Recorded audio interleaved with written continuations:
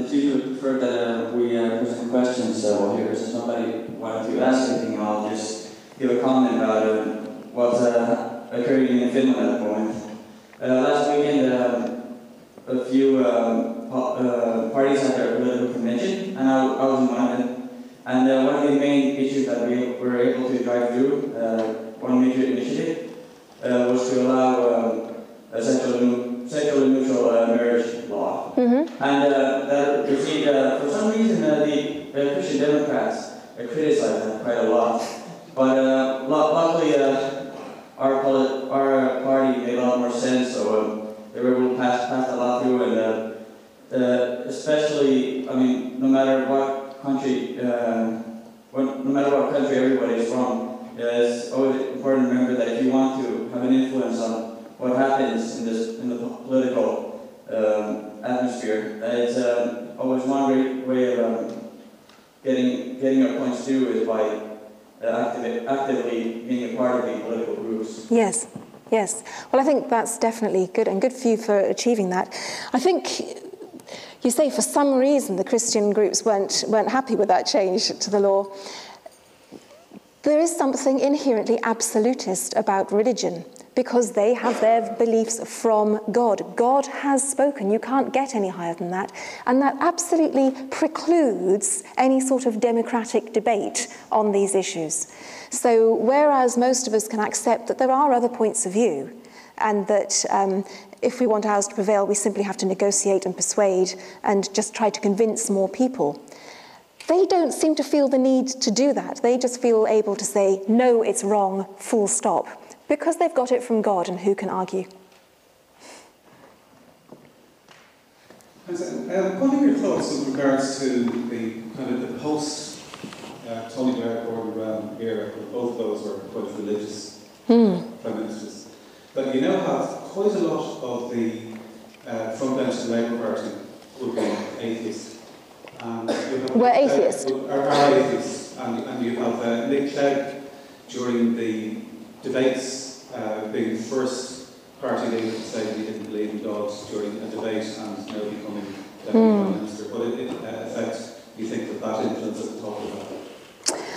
Well, I don't feel very optimistic about that, Michael, to be honest, because I mean, I guess most people are aware we've just had this election. It was won by the Conservatives in the sense of getting most seats and most votes, but not enough to give them a majority in Parliament. So they've formed a coalition with the Liberal Democrats, which is quite a sort of new thing for us in the UK. It's not something that happens very often. So we're sort of feeling the way with it. And you're quite right. Nick Clegg, who's the leader of the Liberal Democrats, before the election campaign anyway, was reasonably outspoken in terms of his lack of religious belief. I was quite disappointed in one of the TV debates, because the leaders of the three main parties had some TV debates, and one of the questions asked of all of them was how do they feel about the visit of the Pope, which is planned for September. And I was really hoping that Nick Clegg would be consistent there and would say he thought it was a terrible idea. and particularly a terrible idea that the UK taxpayer should have to fund the bill for it. And he just chickened it. He completely ducked it. He said, oh, well, you know, it was something that Catholics would be very pleased with, and basically a good thing for Britain. And he didn't personally share the beliefs, but his wife's a Roman Catholic, and lots of people do share the beliefs. It was just a fudge. So he had the opportunity to speak up then, and he didn't. Of course, it was an election campaign. Politicians are very careful what they say during election campaigns. In terms of what I think this government's stance on religion-related issues is going to be, I fear it's going to be fairly overtly pro-religion. David Cameron is pro-religion at every turn. The Conservative Party is very in favour of faith schools. And one of the first acts of this government has been to enable the setting up of far more what they call free schools, which is schools run by communities. But those communities to come forward to do it are very largely religious. So they've opened the way. I mean, the last Labour government created more faith schools than any government before it, and it was just horrific for us. But I fear that this government is just going to make it worse. So I'd like to tell you I think the situation is going to get better. I don't think it is. Paula, the last speaker, Michael Ross, advocated that religions are political organizations. Yes. And in that way, quite stealthily taking out God found something out of religions. How do you think about that? I didn't catch the last bit. You said that the speaker was saying that all religions are political organizations. Yes. Yes, that's what he advocated, to think of religions as just political organizations, which denies the God concept. They have to prove it themselves. And what do you think? Is that a good strategy for an atheist to deal with religions? So we should simply view them as political organizations and interact with them on that basis. Yeah. I mean, they are political organisations. They have a very clear vision of what they want society to be. Well, that's what politics is all about, having that vision and then trying to create the policies that will lead to it. So in that respect, they are, of course, political organisations. They're just particularly annoying political organisations because I mean, you can actually argue with political organisations and they accept your right to argue with them. I mean, you will never hear a Labour Party politician turn around to a Conservative politician and say, but you have no right to ask me that question, you're persecuting me. That doesn't happen. There's an acceptance of debate and opposition. Yet the moment you try to do that with the religious, well, we know the response that we get. So I like the idea, but they are political in their intent, but then they don't follow the political rules and they want it all ways. So it works as far as it goes. I think that's absolutely right, that they don't play by the rules, expect to get privileged treatment. Another way in which they, as a matter of fact, get privileged treatment is in the matter of taxation and in the matter of, well, not being taxed themselves. Now, there are some European countries, I believe, where the government actually takes it upon itself to tax people in the interest of the particular religion into which they happen to have been baptized, whether or not they still retain any loyalty. We don't have that in Britain, but we do have that religions have a fast track to getting charitable status, and therefore they are tax exempt. But it's not so much a question to Paula as an opportunity to ask people from European countries whether it's true that in, as I understand it, Germany and I think several other countries, the government itself taxes people, in effect does the tithing for the religious organisations. Well, I don't want to stop people from the audience answering that. In fact, I hope they will. But can I just chip in and answer there? Because in a sense, what we have in the UK is even worse. Because at least in Germany, for instance, although the state is collecting this church tax from people who happen to have been baptised into a particular church, in the UK, the Church of England is pretty much funded by all of us anyway. We didn't even have to be baptised into it.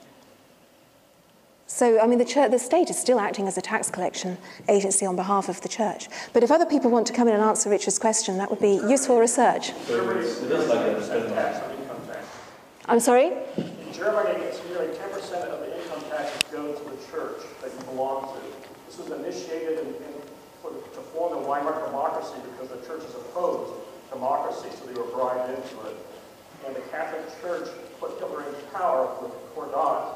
So they were guaranteed this 10% would continue, which still does. Is that in addition to the standard income tax? No, it is 10% of your income tax and you opt out. Oh, all right. Okay. In Sweden, we still have that too, that the state collects taxes for the state church. Okay. So now you have to be baptized to belong to the faith, but if you're born before 1986, something, you were automatically a member of the church. Okay. You still have to pay. And how easy, You're not baptized. how easy is it to opt out if you want to? You'll have to send a letter to your local church, and then, depending on when in the year you do it, you either have to wait for a year or a couple of months for it to disappear. Okay, depending. You have to pay to opt out. You have to pay to opt out, okay. In Switzerland, companies have, in some cantons, Switzerland is so huge, so we have to organise things on a cantonal level. Oh, yes. In most cantons, companies have to pay church tax and they can't opt out. Okay. We had a lawsuit against the fee or the opt-out in Germany, in the most states, and we finally lost before the court human rights. So I didn't quite hear that. In Austria? I talk about Germany. Oh, right. In Germany, there is a fee if you Right. opt out from the church tax in most of the states, and it held up in court up to the European Court of Human Rights. Goodness. It's the microphone. No, what he's saying is in Germany, they have a fee for opting out Yes. of paying the tax, and they took that to court, and eventually to the European Court of Human Rights, and lost. It's astonishing, isn't it? It's absolutely astonishing. You have this just ingrained, you see it all the time, this ingrained structural support for religion in all our establishments, I think. We've still got an awful lot of work to do, actually. Okay, so we don't have time for more questions, but just to announce it on behalf of Denmark. We do have a church tax in Denmark that only members pay, but which the state collects for the church free of charge using the ordinary taxing system. And on top of that, everybody who's a Danish citizen will finance partly the church over the standard tax. So I'm not a member, I've never been a member, but I'm still partly paying the priest's salary. Yeah. So they give them, what is it, more than 1 billion Danish kroner every year on top of what the members pay. So you can't get around it. So religion actually isn't just a political party, it's a pretty good enterprise as well, isn't it? Well, thank you, Paula. Pleasure. Thank you.